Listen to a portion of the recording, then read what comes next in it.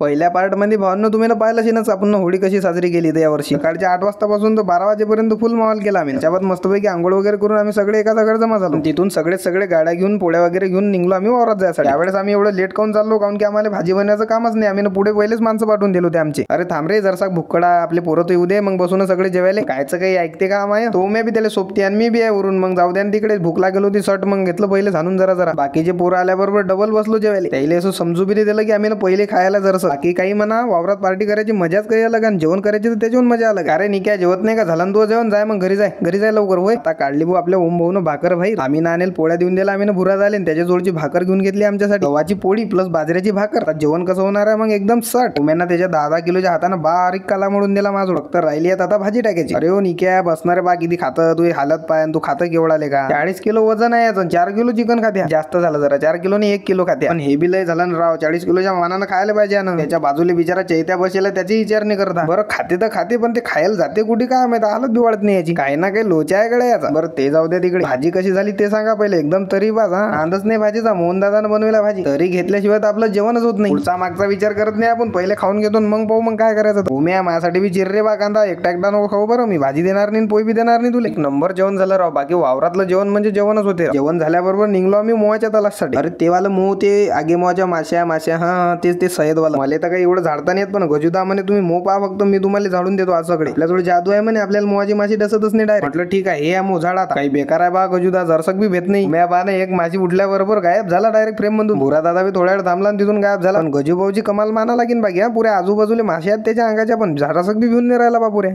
Sorry पोऱ्यानी दादा round हाताने माश्या फेकू राहिला बा. बेकारच आहे. मोह तर झाडलं गजूदानं पण 2-4 शिवे दिले आम्हाला. भंगार की शकल जे हो म्हणते तुमच्यासारखं मोह बी निघला अर्धा ग्लास बी सहित नाही निघला याच्यात. त्यातल्या त्या उम्याची पाय म्हणे काय गडबड सुरू आहे. अरे काय उम्या चाल रे तिकडे दुसरं पाहू बरं. थोडं अर्धा गिलास निघेलो तेवढं सपाचट केलं आणि दुसऱ्या मोहाच्या तलासले निघलो. आपले डोळे म्हणजे डायरेक्ट कॅमेरा फेल आहे. दुरूनच दिसलं मला मोह. चलो गजूदा पुढे ना आम्ही त्याच्या मागे कारण की एवढ्या पोऱ्यामध्ये फक्त त्याला एकट्यालाच मोह झाडताय. बाकी काही असो हा एवढे जण पोरं एक खड्ड्या जर जमा झाले की माहोल करतातच. बाकी आज तर मला असं वाटलं कुठे ऍडव्हेंचरला गेला का आम्ही. नुसतं झोडपा झाडपायतून फिरणं चालू आहे आमचं इकडे तिकडे. मोह थांबलं मोह तर दिसलं पण हे आहे एकदम काट्याच्या झाडावर. पाय पाद्रे काय सांगलं तुम्हाला हे खायची भरती आहे फक्त. मोहाच्या माश्या उठल्या नाही तर पोरं डायरेक्ट फरार. फक्त राहिलो आम्ही तिघच ओम्या मी आणि गजूदा. मी पयालो असतो पण कॅमेरा आधी आहे ना म्हणून कसा तरी छातीला माती लावून हातपाय हलत उभा हो मी. कारण की मोहाच्या माश्याची माई एवढी दुश्मनी आहे की डायरेक्ट डोळ्यालाच दसतात बा माया. दुसऱ्या अंगाला कुठेच दसत नाही. अरे आला वळ बाकी पुष्पराज पेक्षा डेंजर आहे गजू हो म्हणे. मोह कसंही असो कोणाही झाडावर असो काठीच्या असो की वेलाच्या असो झुकेगा नाही झाला. मोह झाडाले कोणी पुढे नाही केलं पण जा कांदा बाहेर काढला ना तर लागेल माश्यासारखीच बी लागले भाऊ त्याला. म्हटलं वा रे भाई फक्त पाहायचा नाही तर माश्याच घेजान खाऊन भाव. दुसरं मोह झाडल्यावर बी काय आमच्या पोराचं पोट नाही भरलं भाऊ. पोरं म्हणत गजूदादा एक अजून पाहिजेत राजू. मग काय गजूदा तर पुष्पराजच बनेल होता आणि ऐसी क्वालिटी का माल सिर्फ अपने जंगल में मिळतात. आपण कायले कोणापुढे वाकू. उभ्यानच मोह झाडू म्हणे झुकेगा नाही साला. एवढ्या कचगनातलं मोह झाडलंच ना बा शेवटी यानं. बाकी मानला गजूदा तुला आम्ही 3 मोह झाडले भाऊ पोऱ्यानं पण एक माशीने डसली तोंडालाही बांधलं नाही काहीच नाही. जेवण बी झालं मोह बी खाणं झालं. आता आला आमच्या अंगात परश्या. गजूदाला म्हटलं मी लंगड्या बनतो तू बन परश्या. मी निकडून मागून पयत